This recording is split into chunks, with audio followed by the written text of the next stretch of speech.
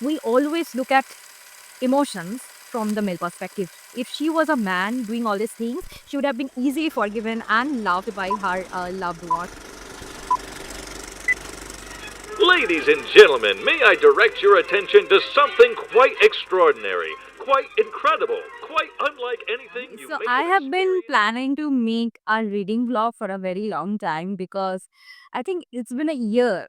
Last time when I did a reading vlog, I really enjoyed the process and I thought, why not making it now? Because now is the perfect time to read more books. I really enjoyed this autumn. October, November is the best time for me to indulge in cozy books, in mystery, in spooky reading. I tend to read more books during this period. I have observed that I love reading books at the end of the year.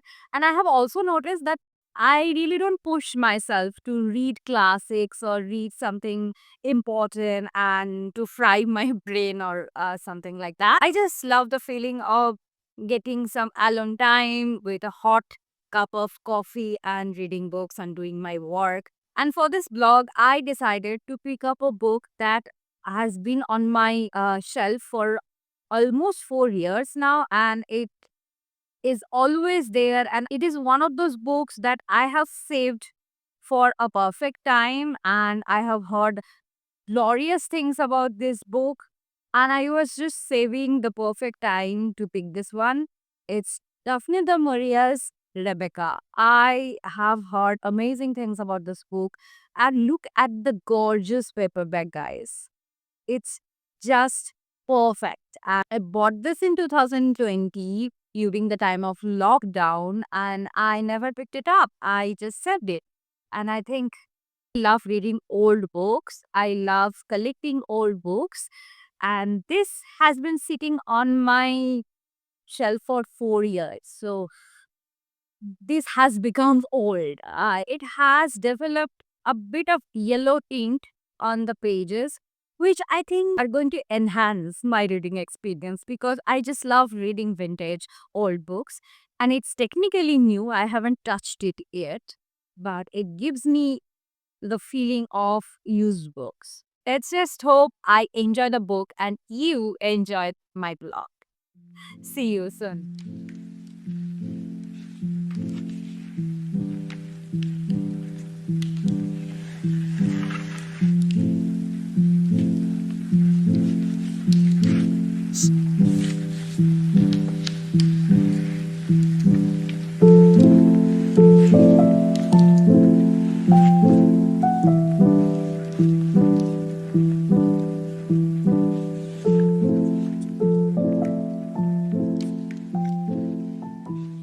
I'm like 87 pages in, and I must say, I'm really, really enjoying this one.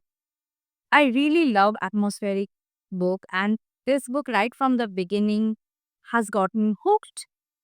I just feel very intimate, familiar with the narrator.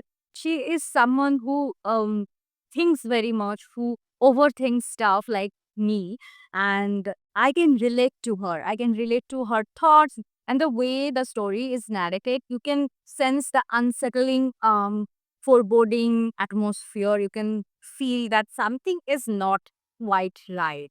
You can feel that. That is very intriguing. That's something I enjoy in books of Shirley Jackson or Edgar Allan Poe because I just love this spookiness and this hidden suspense and something that our protagonist and we as reader are unknown to, and it slowly reveals itself to us. I just love that feeling. So far I really love it and I can't stop reading it. That's a great sign. I think I'm going to put everything aside and read this one for a while because I'm really invested right now. See you, sir.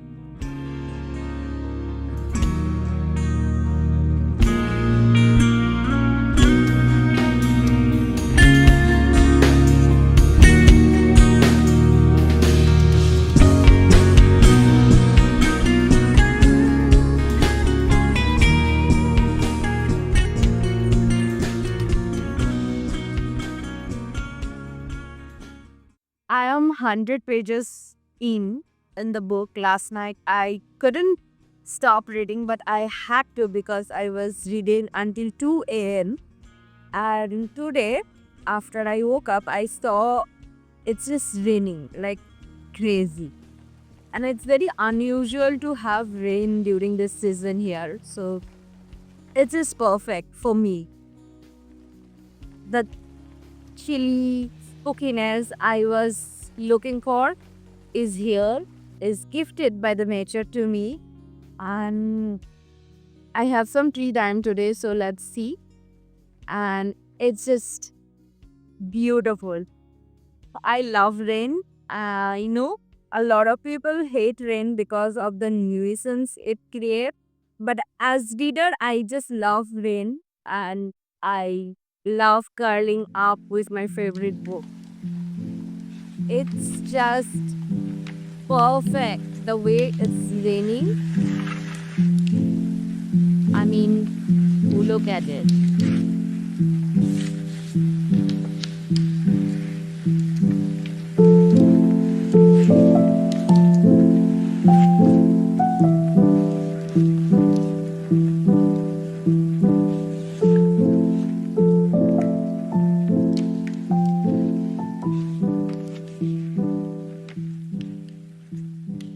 Hey guys, I am only 200 pages in and I am literally obsessed with her obsession with Rebecca. Rebecca, the character, is a myth. She literally doesn't exist, but she gives me creeps. She gives me this spiral of overthinking, and I can't stop, justifying the main character's obsession because it's very unnatural, but also it's very valid. It's very realistic, but it's not natural. It's an obsession. But it's a kind of obsession that makes her stand out, that makes her very weird and different from the other characters who are trying to hide so much from her. But also, it makes us very relatable. I don't know. These two things sound like they are opposite traits, but they're actually not. In a perfect world, she is very different with this sort of overthinking trait. But in a world where readers are looking for complex characters, she's just the girl I want to spend a day with and think about and talk to her and just give in to her craziness because it's very, very realistic. That I think that's getting repetitive. I'm sorry. But the point I'm trying to make is the way the first person narrative is written, it's very conversational. It's feeling like, those late night chats with your besties where you write these long, long paragraph messages just to explain your point of view and just to get that I know, babe vibe. It's giving me this. And I love her and I feel sorry for her that she's so alone and she's so alive in flesh and blood, and the plot is is just unfolding very delicately, very slowly. That I am loving because I don't want a fast-paced thriller. I just want to enjoy this. I don't want this to end very easily, very soon. So I am so much invested now. Let's see, I'm gonna read this before bed, and I have been reading this for like 3 days. I couldn't give you any update yesterday, but I think I'm gonna finish it. Though I'm trying to save it, like I'm trying to savor the energy and the vibe. So see you soon. It is past midnight, and I have finished the 19th chapter of this book, and my jaw is dropped. I was not at all expecting this. I had a sort of idea the way the book was hinting, but the way the twist is revealed. Oh my god. I have to stop reading the book because I'm not well and I have to sleep right now. I have to sleep. You can see with all this yawning. I decided to read one chapter and keep it for the next day and this go to bed, but I couldn't. I kept on reading and now I have to stop. And I'm yawning like a tired person. I'm so tired and I'm not feeling well, but I just can't stop reading it, but I have to. I have to. So, yes, I don't want to stop. Why? Why it's so good? Good night, guys. This is Posto was enjoying the weather. She loves rain. And now I have another cutie tiny boy, Biscuit. Biscuit, say hi. Oh, and here is my book. I have finished most of it. Only this part is left. And I'm planning to finish it today because I can't put down this book.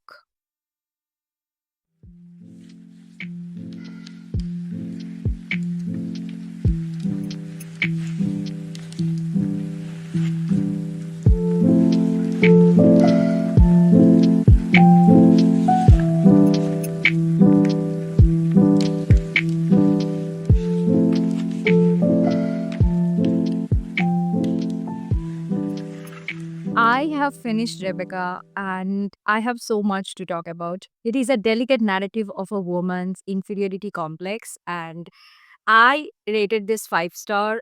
And there are so many things that I love about this book.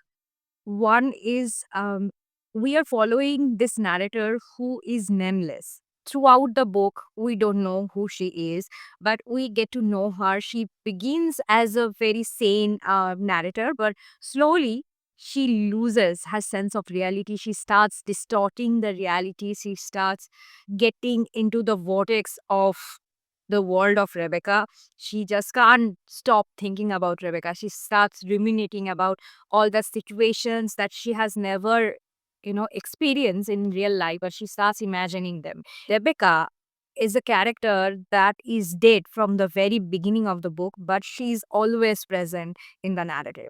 And I have been researching so much about this book, the premise, and Daphne du Maurier. I have come across many interesting facts. First, Daphne du Maurier used to be a soldier's wife, and she has to be this perfect, ideal wife, and she felt very restricted in this marriage because of all the rules and regulations and the image of ideal wife. She couldn't play very well. And that kind of reflected in the character of the narrator, the wife, who is a very timid, submissive, loving, loyal wife. And then Daphne du Maurier's uh, inner self, who is a rebel who wants to ride dark tales, who doesn't abide by any rules, is reflected in the character of Rebecca. So she has this duality in herself as a writer. And both the women are the true reflection of the duality of the complex she had within herself that I really, really enjoyed.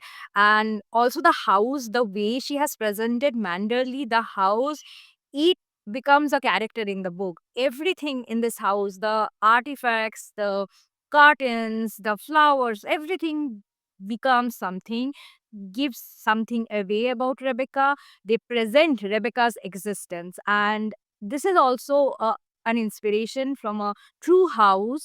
And Daphne du Maurier used to live there, and she had the vivid memory of this house, and she has created Manderley in the frame of that real house. Another thing about this book that fascinated me is the way Rebecca, the first wife, is sort of villainized in the eyes of men who think that she is a psychopath. And if we look from their perspective, yes, she is. But if we take a neutral stand as a reader, we would see that Rebecca gets away with doing things that usually women don't, and she behaves like a man. If she was a man doing all these things, she would have been easily forgiven and loved by her loved ones. But because she is a woman who deliberately breaks this image, this feminine image of nurturing woman, she is villainized. She is the negative one. She becomes the evil one. And this book questions your own moral compass. This book doesn't present good or bad. This blurs out the line between good and bad, right and wrong. Because at the end of the narrative, spoiler alert, at the end of the story, I think the husband also agrees that Rebecca ultimately wins because she refuses to become someone like this narrator who is treated so poorly by her husband and who has zero clue about what's going on around her. And that's another reason why she lost her sanity, because nobody actually talked to her about Rebecca, about what happened actually. Nobody gave her any information, and she just blindly followed this man who is older than her, who is more established, and people may around her made her feel like she is someone who is different. But is she good different or bad different than the previous wife? Nobody said that to her. So she is kind of in this confused marriage where she doesn't know where she and her husband stand. And in many instances, she has described her relationship with her husband to the relationship of a dog with its master. So the way a master pets his dog to make it calm down, her husband does the same thing to her. It's not affectionate, it's not romantic, it's not seeing someone equal to you. It's like petting a dog. So she knows what's going on, but she doesn't have the idea why it's going on in this way. One thing that I love about first person narrative is it makes you feel very intimate. It makes you feel very close to the narrator. And when you know someone, when you feel something for someone, you stop judging them from the neutral perspective. You become biased. And I think that was the writer's decision. That was her intention, to make us feel biased towards this woman and see things from her perspective. But the more we think about the book, the more people discuss the book, they realize that Rebecca is not the villain. She is too much for fragile men in this book, but she uses her sexuality to achieve things. She is selfish. She cares about her own happiness. She doesn't follow any rules, and she is just someone who is not cut off to follow societal rules. And she hides that image in front of the world so perfectly. She plays this role of a beautiful, successful, and capable wife that it frustrated her husband. I think she is like Lady Macbeth, but the only difference I can point out that she would not hesitate to stab the king with the dagger, unlike Lady Macbeth, who would compel her husband to do it. Rebecca would do it herself. She doesn't need any man. And her relationship with Denver, Miss Denver, it's very, very unique. Her loyalty towards Rebecca, which continues even after Rebecca's death, it gives me a very homoerotic feeling, though I don't know whether it was intended to be homoerotic, but it gave me a very homoerotic vibe where I felt like she's also a person who is obsessed with Rebecca. And the title is about this woman, this idea. She almost become a mythical creature who doesn't actually exist in real life, because many people have many ideas about her, and our protagonist, like us, doesn't know her when she was alive. So, and I was also reading about the fact that the way the book was previously considered as a gothic romance, just a romance between a woman and a man who gets a second chance in life. But it's not that. I think many critics actually underestimated the potential of this book as a classic, because first, it was written by a woman at the time, and authors were not encouraged to write something serious. And secondly, it was about a woman. The title is on the name of a woman, and the narrator is also a woman. So, but it's written by a woman, of a woman, but not only solely for women. So I could see Daphne du Maurier trying to, write something that has this level of psychological value, this level of intensity, and seeing people judging it on the surface level and not understanding the purpose of the book. I could sense the frustration. I could sense it.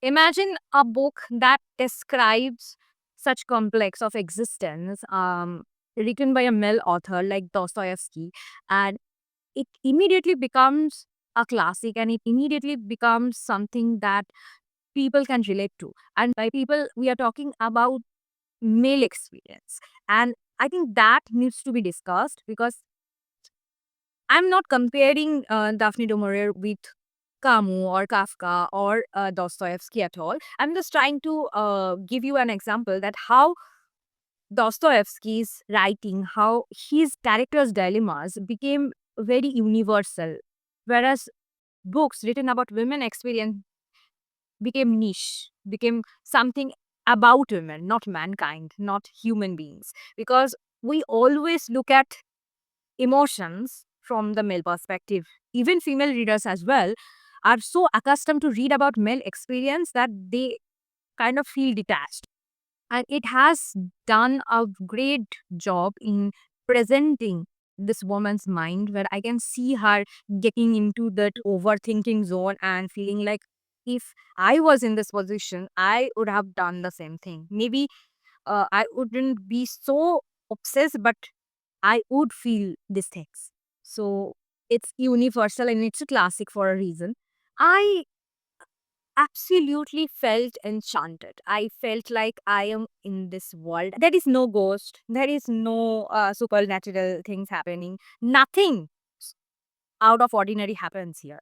But it gives you a feeling of uncanny, airy atmosphere. You feel discomfort. You feel this ominous presence of something evil under your skin when you read this one. And I have also read that Daphne du Maurier was treated like the inferior to Bronte sisters, because she has written something which people have related to Jane Eyre or Wuthering Heights. But I would love to disagree on that topic, because I don't think it's like that. It's modern, it's different, and I found absolutely nothing in common. And the book structure, I have to talk about the structure. I just love the circle of the plot. I just love how she has started this book by the first line, and this book has one of the most iconic opening lines. Last night I dreamt I went to Manderley again. From the very beginning, I was hooked. And that's a quality I admire in a classic, that makes you want to know more. So overall, great experience. I don't know whether I would read anything like this again. So great. A solid 5 star for me.